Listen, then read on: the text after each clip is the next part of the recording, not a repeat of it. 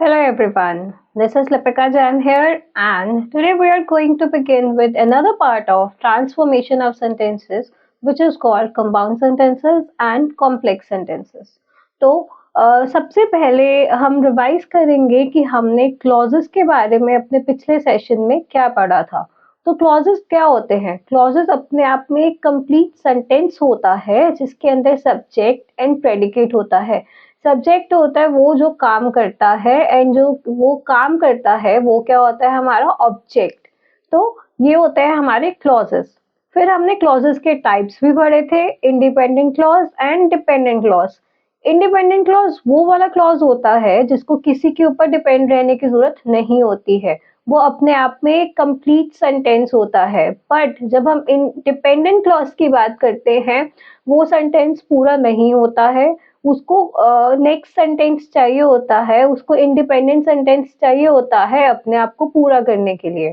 तो ये थे हमारे दो टाइप्स ऑफ क्लॉजेस। तो आज हम बात करेंगे कैसे ये दो टाइप्स ऑफ क्लॉजेस हम अपने कंपाउंड सेंटेंसेस में और कॉम्प्लेक्स सेंटेंसेस में यूज करते हैं। तो चलिए सबसे पहले हम बात करें हमारे कंपाउंड सेंटेंसेस की। तो कंपाउंड सेंटेंसेस क्या होते हैं? कंपाउंड सेंटेंस में क्या होता है, बहुत सारे मल्टीपल इंडिपेंडेंट क्लॉजेस होते हैं जिसके अंदर कोई भी डिपेंडेंट क्लॉज नहीं होता है। ठीक है। अब ये जो कंपाउंड सेंटेंस होते हैं ना हमारे, ये हमारे बनते हैं कोऑर्डिनेटिंग कंजंक्शंस के साथ। कोऑर्डिनेटिंग कंजंक्शंस क्या होते हैं? ओके, आपने फैन वॉइस के बारे में सुना है? ओके, अगर नहीं भी सुना होगा तो मैं आपकी हेल्प करती हूँ। फैन वॉइस मतलब एफ जिसमें स्टैंड करता है फॉर के लिए, ए स्टैंड करता है एन के लिए, एंड के लिए, एन स्टैंड करता है नॉट के लिए, बी स्टैंड करता है बट के लिए, ओ स्टैंड करता है और के लिए, वाई स्टैंड करता है येट के लिए, एंड एस स्टैंड करता है सो के लिए। अब फॉर का मतलब होता है के लिए या किसी कारण से। ठीक है। ए का मतलब होता है जब हम और इंफॉर्मेशन दे रहे हैं। ना, नॉर का मतलब होता है कि कुछ भी नहीं, ना ये ना वो। बी का मतलब होता है बट का मतलब होता है लेकिन, कि लेकिन ऐसा हुआ था। ठीक है। ओ विच स्टैंड्स फॉर और, इसका मतलब होता है या।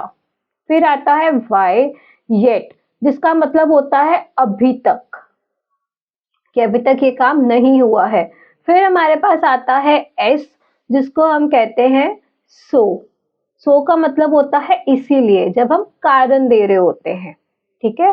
तो जब हम ये यूज करते हैं ना, ये कोऑर्डिनेटिंग कंजंक्शंस यूज करते हैं, तो हम क्या बना रहे हैं? हम अपना कंपाउंड सेंटेंस बना रहे हैं। चलिए आगे बढ़ते हैं। ठीक है। नाउ अब क्या होता है, बिकॉज ये इंडिपेंडेंट क्लॉजेस से बनते हैं, ठीक है, तो हम इनको ज्वाइन करते हैं करेक्ट पंक्चुएशन मार्क्स के साथ। अब हम कौन से दो पंक्चुएशन मार्क्स यूज करते हैं? एक तो हम यूज कर सकते हैं कॉमा, दूसरा हम यूज कर सकते हैं सेमी कॉलन। ठीक है। और उसके बाद हम यूज करते हैं, जैसे मैंने पहले बोला, कोऑर्डिनेटिंग कंजंक्शन। हम ये तीनों में से कुछ भी लगा के अपने कंपाउंड सेंटेंसेस बना सकते हैं। अब जैसे मैं आपको एक एग्जांपल देती हूँ, darkness can not drive out dark, semicolon, only light can do that. ठीक है। कि जो डार्कनेस है वो अंधेरे को खत्म नहीं कर सकती। अंधेरे को क्या खत्म कर सकता है? सिर्फ लाइट ये काम कर सकती है। अब मैंने क्या किया, मैंने, अगर आप ये सेंटेंस देखोगे तो मैंने इसमें कोई भी कोऑर्डिनेटिंग कंजंक्शन नहीं लगाया, मैंने कोई भी सेमीकोलन, इस मैंने कोई भी इसमें फैन वॉइस का एलिमेंट यूज नहीं किया। तो मैंने क्या किया, मैंने एक सेंटेंस बनाया, darkness can not drive out dark. अब ये पूरा एक कंप्लीट सेंटेंस है, इंडिपेंडेंट क्लॉज है ना। तो मैंने इसको क्या कर दिया, सेमीकोलन लगा दिया। मतलब जो ऊपर एक डॉट होती है, नीचे कॉमा होता है, तो वो सेमीकोलन लग गया। Only light can do that, कि ये सिर्फ लाइट कर सकती है। तो ये पूरा एक मैंने एक और उसको क्लॉज दे दिया। तो अब जब इन दोनों इंडिपेंडेंट क्लॉजेस को मैंने इकट्ठा किया, तो मैंने इकट्ठा करने के लिए सेमीकोलन लगा दिया। ठीक है। तो ये मेरे क्या बन गए, एक कंपाउंड सेंटेंस का एग्जाम्पल बन गया। ऑलराइट। अब क्या होता है, जब हमने रूल्स का ध्यान रखना है जो रूल्स का हमने कोऑर्डिनेटिंग कंजंक्शन करते टाइम ध्यान रखना है, वो रूल्स क्या कहते हैं? Place a comma before the coordinating conjunction. अब अगर हम कंजंक्शन फिट कर रहे हैं, फॉर एग्जांपल अगर मैं बट लगा रही हूँ, सो लगा रही हूँ, तो उससे पहले मुझे कॉमा लगाना है, उसके बाद मुझे कंजंक्शन लगा के अपना सेंटेंस पूरा करना है, ठीक है? अगर हम कंजंक्शन यूज नहीं कर रहे तो हमें क्या करना है? या तो हमें सेमीकोलन लगाना है या फिर हमें कॉमा लगाना है, ठीक है? अब एक और चीज, जब हमने सेमीकोलन लगा दिया या हमने कॉमा लगा दिया, ठीक है, तो उसके बाद जो आपने वर्ड लिखना है ना, वो वर्ड आपका शॉर्टकट में स्मॉल लेटर्स में होना चाहिए, अपर लेटर केस में नहीं होना चाहिए, ठीक है? हमने उसको अपर केस में नहीं लिखना है, हमने उसको सिर्फ और सिर्फ लोअर केस में लिखना है, ठीक है? तो ये कुछ रूल्स थे जो हमने कंपाउंड सेंटेंस करते टाइम ध्यान में रखने हैं, ठीक है? अब इसके बाद हम बात करते हैं किसकी? हमारे कॉम्प्लेक्स सेंटेंस की।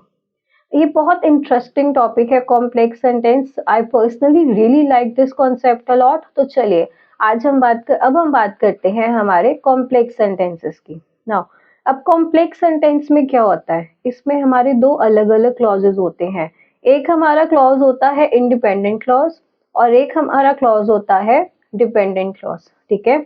अब इसमें जो हमारा डिपेंडेंट क्लॉज होता है ना, वो इंडिपेंडेंट क्लॉज के ऊपर डिपेंड करता है, उसके ऊपर रिलाई करता है, ठीक है?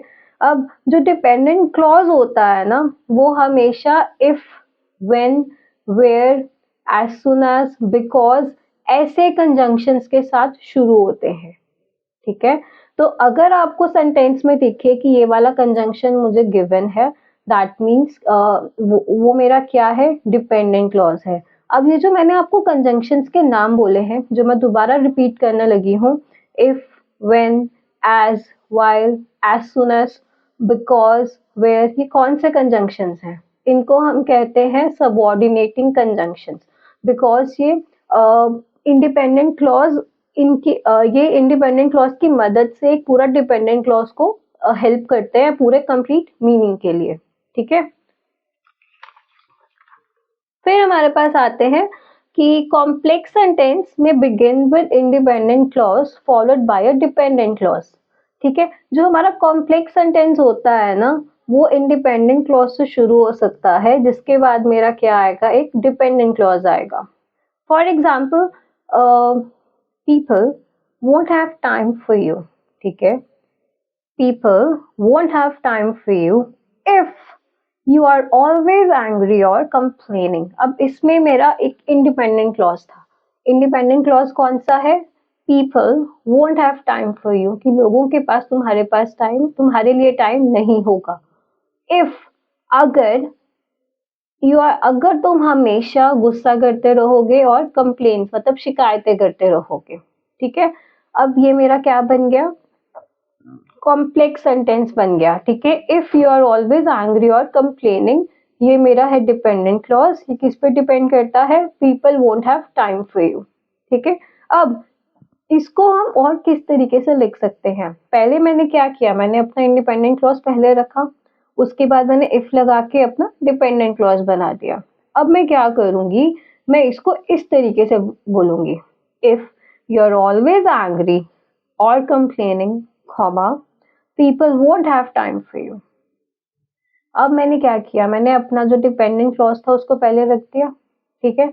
If you are always angry और कंप्लेनिंग, कि अगर तुम हमेशा ही गुस्से में रहोगे या लोगों की शिकायत लगाते रहोगे या लोगों से कंप्लेन करते रहोगे, people won't have time for you, लोगों के पास तुम्हारे लिए टाइम नहीं होगा।